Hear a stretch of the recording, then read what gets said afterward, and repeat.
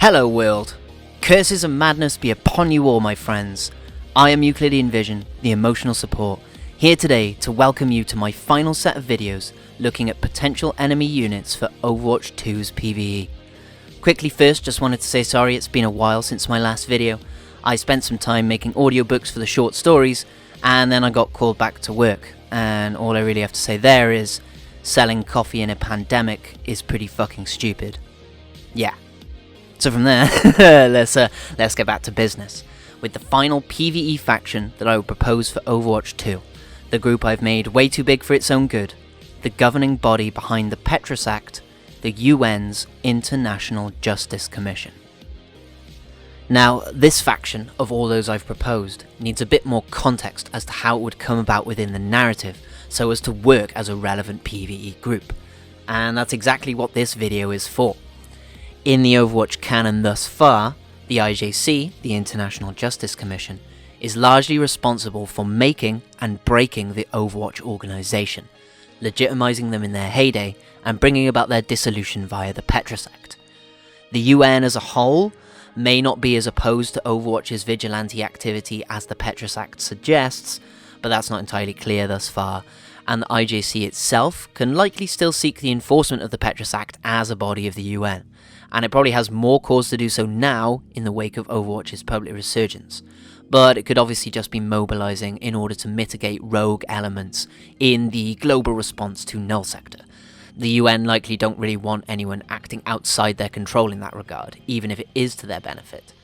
Like Overwatch, for an example, they obviously could utilize Overwatch for their own gain by letting them deal with Null Sector before reining them in, as is their duty under the Petras Act, and that could see the IJC instead become the antagonists for a follow-up DLC, or even maybe a sequel to Overwatch 2, as the opposing force to Overwatch following the defeat of Null Sector.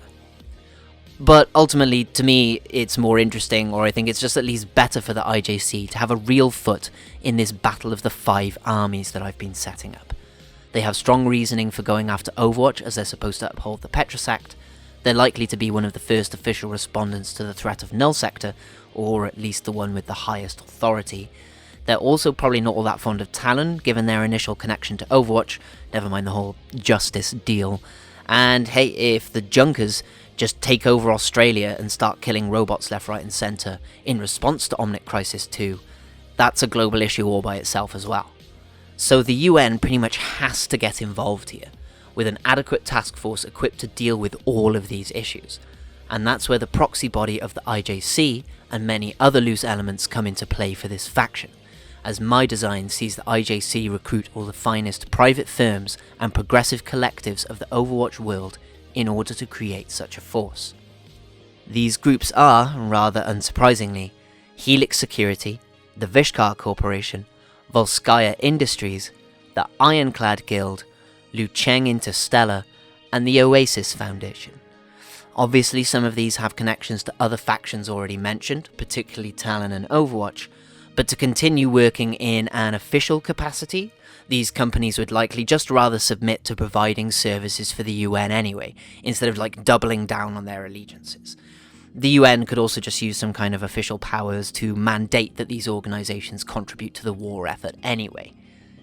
That all said, I haven't mentioned or made videos for Lumerico or MEKA, as I couldn't really think of any particular units for them to offer, but that doesn't mean that they couldn't be approached by the IJC or that they couldn't provide units at all.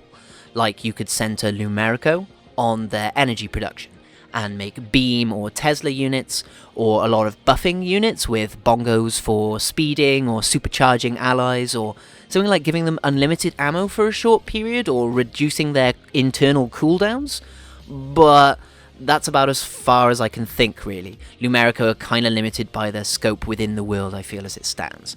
So let me know if you have any ideas for Lumerico below. And the same for MEKA, actually. MEKA are similarly too small and focused to properly expand either, I think. But it would at least be an interesting story beat to see them pushed to join the IJC, especially if that role doesn't fall to the entire squad, or certain members have more preferable allegiances to join up with. And as for actual PvE units, MEKA themselves could at least provide the remote or drone versions of their mechs that led to their current formation, like the ones that were taken over by the Kishin, or maybe even translations of the probably sadly non-playable MEKA squad as like boss characters, which doesn't mean they provide all too much, but it definitely helps at least, and it should at least be pretty damn cool in its own right. Like, ultimately that's exactly what this IJC faction is all about. It's just an excuse to get all of these loose ends crammed together, so we can actually explore them and make all sorts of cool ideas out of them. This video is just like the tip of the iceberg for giving context for why the IJC is my final PvE faction. I will be releasing a separate video for each company's potential contributions to the body over the next undefined period of time, but at least the video for Helix Security is going up alongside this context video as we speak. And with that, I'm going to just briefly touch on the companies themselves. Helix Securities, as I've mentioned, they've already been shown to have worked with the UN, never mind they have a history with Talon, and as a security force, they make sense as a worthy source of enemy units, right? However, you might notice in my video on Helix that, again, I've released alongside this video, that I've made them a little more than just mercenaries, and have given them more of like a search and rescue sort of feel to an extent in their unit design and theming, but with a general gameplay focus on aerial mobility and damage. And hey, never mind the kind of stories that you could tell with Farah through their involvement here as well. Vishkar, by comparison, gave me a lot to work with in terms of applying hard light and shields, so their units have more of a utility and collective survivability focus by comparison. Several of their units or abilities can end up being used by Talon forces as well, given their connections, but in this instance, story-wise, I can see Vishkar stepping in at the behest of the UN in an official capacity, as I mentioned, given their displayed ability for controlling civil unrest and restoring property damage.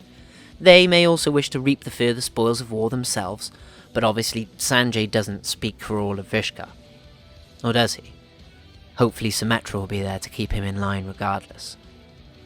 Which takes us onto still rather nebulous territory thinking about it. Volskaya Industries, those who have been collaborating with the machines to perpetuate war. Why wouldn't they also sign up to the UN strike force against the machines and the vigilantes? Image-wise, it makes perfect sense to me, never mind Katia and Zarya's potentially more personal investments in the idea. And Volskaya themselves, they offer like quite a lot in their mech units for game purposes, taking the scale up a bit and offering some more tanky units. But I also managed to find a lot of inspiration from some loose diving into Slavic mythology that has been referenced through elements of Volskaya already. And so to stick with construction and connection of a sort, next up is going to be the Ironclad Guild, home of Torbjorn Lindholm, a man and a company with ties back to the original Omnic Crisis. Torbjorn is seemingly unsure about the reformation of Overwatch himself, and his attitude towards machines might be warming, but on both those fronts he doesn't speak or think for the whole guild. If invited by the UN, I can kinda easily see the guild shouldering responsibility for their past by taking up their hammers anew. A group of rough and tumble engineers makes for a lot of fun potential in terms of like summoner or evolving or like bruiser units, and you'll hopefully see that the Ironclad definitely fit alongside Vishkar in terms of offering options for survivability, but stand out maybe more so in elements like area denial. And speaking of standout, the penultimate video in this series will focus on a company that I hadn't even really thought of until much more recently, and has personally offered me some of the weirdest and most fundamentally whacked out unit ideas to date personally.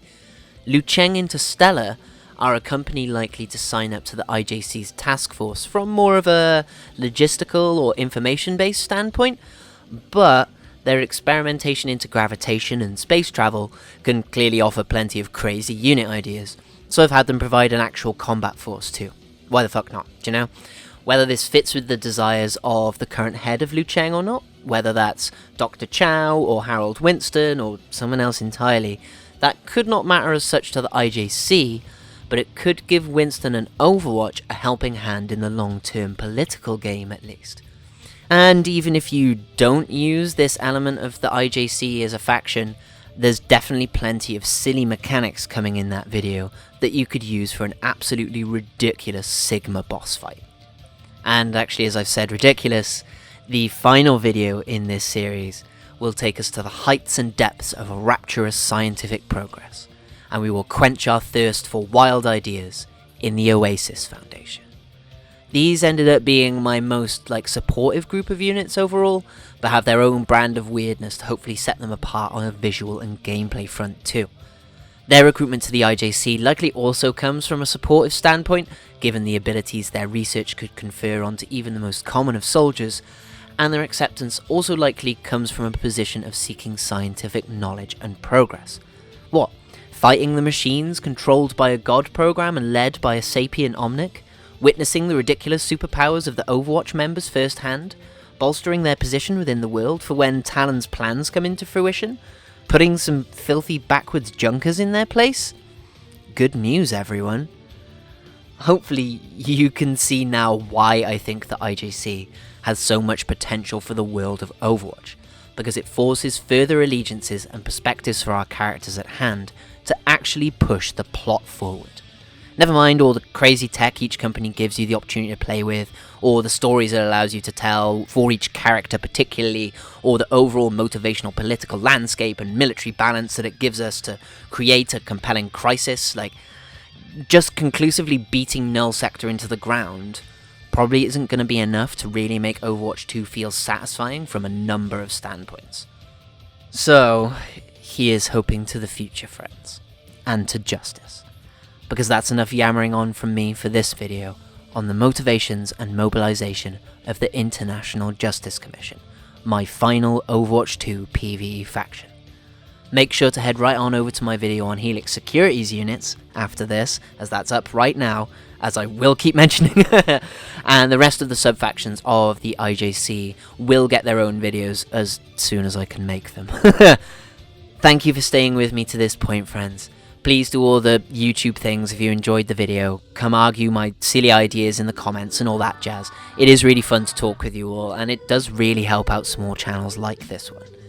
But with that, I've been Euclidean Vision, the emotional support. Take care of yourselves out there, teammates, and may the glorious light of justice rain down upon you. Bye-bye.